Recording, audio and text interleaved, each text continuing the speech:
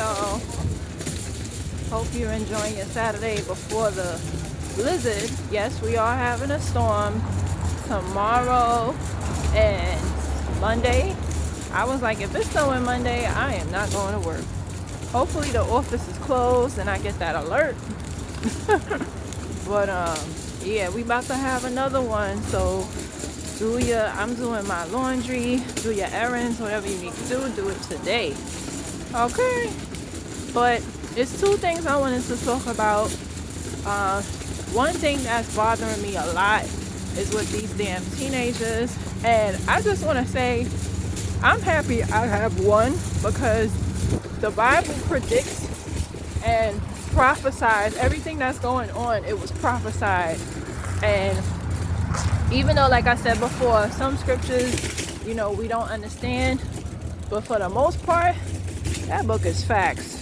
So the prophecies and the scenarios, listen, ain't nothing new under the sun, but it just predicts everything that's going on today.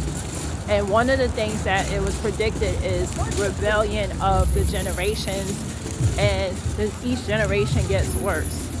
And I need for y'all to stop blaming the parents, because think about when you was a teenager. I know for me, I didn't listen to nothing my parents said. My parents were very strict and religious, so what they said made no sense to me. And my mother finally revealed to me that she didn't want me outside because she felt alone. She didn't do it for safety precautions or whatever. So some people really are trying to stop their kids from having a life. So depending on what type of parent you have or had. So, but I wanted to talk about just in general, we didn't always listen to what our parents told us, and I need for y'all to stop blaming the parents. And sometimes you have kids that it doesn't mean that they're bad kids.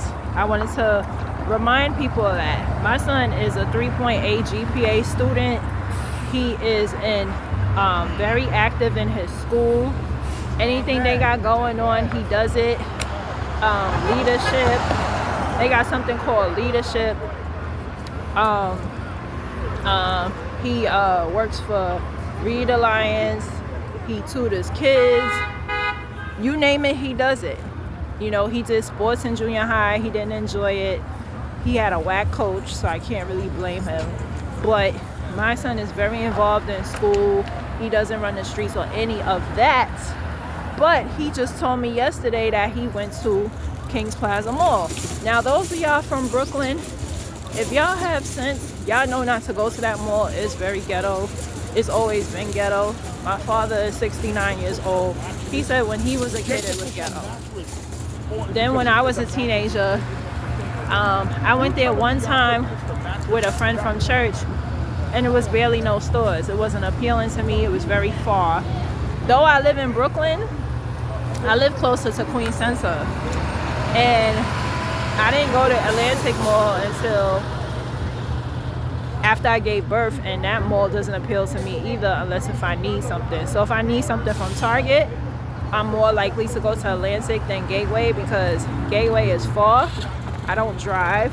So those of y'all from the East, Brownsville, whatever, you need a car for Gateway Mall. The buses are very slow, and Uber be expensive sometimes. So for me, I'll just take an Uber. But sometimes I don't feel like always doing Uber. Yeah, I'm talking about teenagers, and there's a bunch of teenagers running down the street for no reason. Exactly what I'm talking about. It's exactly the shit that I'm talking about. So, as we heard on the news, they are beating people up. They was at the Bronx, and they did that. And I was telling my son, it brought up in conversation, I was like, I hope you're not going to Kings Plaza. He's like, oh, he went. Now, I'm in shock because my son, like I said, he go to work. He's in his, whatever he does after school, and he comes home. He's always home. I go out more than him, and at one point I was concerned a little bit. I was like, why you don't go out? Like, I know it's dangerous in the streets and stuff, but why you don't go out? So I don't know. I guess he had to do it on a Friday because Friday he gets out of school 1:30, right? So I guess like after, because like I said, this boy be home before me sometimes, and when he does come home late, his idea of late is 8 o'clock. Like that's, or 7 o'clock really. He'll be home like directly after work. So work is over for him 5:30. He's home like as soon as I get in the shower from work, he's home. So I was shocked when he said he went to King's Plaza. I'm like, well, where did you find the time to go to King's Plaza? Because King's Plaza is far. Like those of y'all that's from New York City, King's Plaza is just, you have to have a car. So I'm like, well, where did I'm like, and I don't want to be that parent to just be, oh, you can't go nowhere, because he barely don't go out as it is. So it's like, I never wanted to be that parent to, you can't do this and you can't do that, because I had those type of parents and I hated them. I really did, because I didn't understand, like, I can't do nothing and I'm the oddball out, like we foreigners and not throwing shade, but that's usually them foreign kids, they can't do nothing or whatever. And I just couldn't understand, like, simple things, like going to something as innocent as a Sweet 16. I had to, like, fight for my freedom just as something as little as that, a Sweet 16. My father accusing me of doing drugs, and I'm like, I ain't you. Like, he like, oh, in the 60s this and in the, I'm like, we not in the 60s. Like, what are you talking about? Like, he was just so paranoid. And then working for the police department didn't help. He did not want me outside. Even as an adult, he did not want me outside. I never wanted to be that parent. So, he said he went to King's Plaza. I said, it's not safe. It's very violent. Like, they have shootouts in King's Plaza. It's not a game. Like, you could be risking your life going to that mall. But now, they saying that they had this stampede at Green Acres. And I'm like, what the fuck is going on? Because they saying it's social media. And this is not the first time that children are reacting to social media. And that's how you know this is orchestrated from something else. Is it the government? What the hell is these people? Why are they just, and it sounds like very like zombie-like, like do this. Like, I don't know if y'all remember, but I got the email. I don't know if you guys were in correspondence with your children's teachers, but my son's teachers emailed me and they let everybody know that I think this was pre-pandemic. It might have been, no. After the pandemic, they was like, they had something say, slap a staff member. And I remember telling my friend, she was like, if they slap me, I'm beating the shit out of them on site. Like, and she from Brownsville, so she don't play that shit. Like, she got kids, her kids is grown. Like, she like, I dare one of them touch me. Like, we wasn't with it. Slap a staff member. Who the fuck they took? She like, slap a staff member. But that was the email that I received. Like, on social media, they was telling the kids, slap a staff member. That was the first strike. Second strike was I think he might have been a rapper, or no, he just was a YouTuber, and he lied and said that I don't know if y'all remember my video I did about Union Square. He told all the kids that he was going to get them video games. They believed it, and it caused a riot when they found out it was a lie. So now the new thing is, come to the mall. Come to the mall for what? What did the people do to you? People have to work. People are in the mall minding their business, doing their shopping, and you can't even do that. So I also wanted to warn people, like, be careful going to the malls. They did it in the Bronx. They did it in Green Acres. They might do it at Gateway, I don't know, but try to, like, and it's not about living in fear, but try to withhold going to the mall, because the devil is busy. He really is. It's nothing, and it's like, it sounds so demonic that a group of teenagers will get together, go to a mall to terrorize people. For what? What did they do to you? You're not doing it for a social issue, or, like with the whole George Floyd thing. It was for police brutality. I get that. But what are you doing? What are you terrorizing people for? Somebody needs to explain this to me. Like, what is going on with our kids? And some of y'all might be watching this like, not my kid, not my kid. It could be your kid too. Because if they have a cell phone and social media, they are susceptible to what's going on. And it's sad to say, but they are. They're just as, they can fall victim too. I'm sure that those kids, not all of them are into mischief. They probably just following their friend. And that's what it is. It's a monkey see, monkey do type of thing. And it's really sad. And it's scary. Because these are our children. These are our kids. These are not the pink people kids. These are our kids. People always say, oh, them white kids. It's not the white kids that's doing it. It's our kids. It's our kids that's surfing on the subway and dying. It's our kids that's going to the mall and terrorizing people. And some of them come from 2-parent households. So, just stay prayed up and yeah. The second thing I wanted to talk about is basically what would you do? So I told my son the scenario, and he thinks that I'm taking up for the dude. Never would I ever take up for a predator.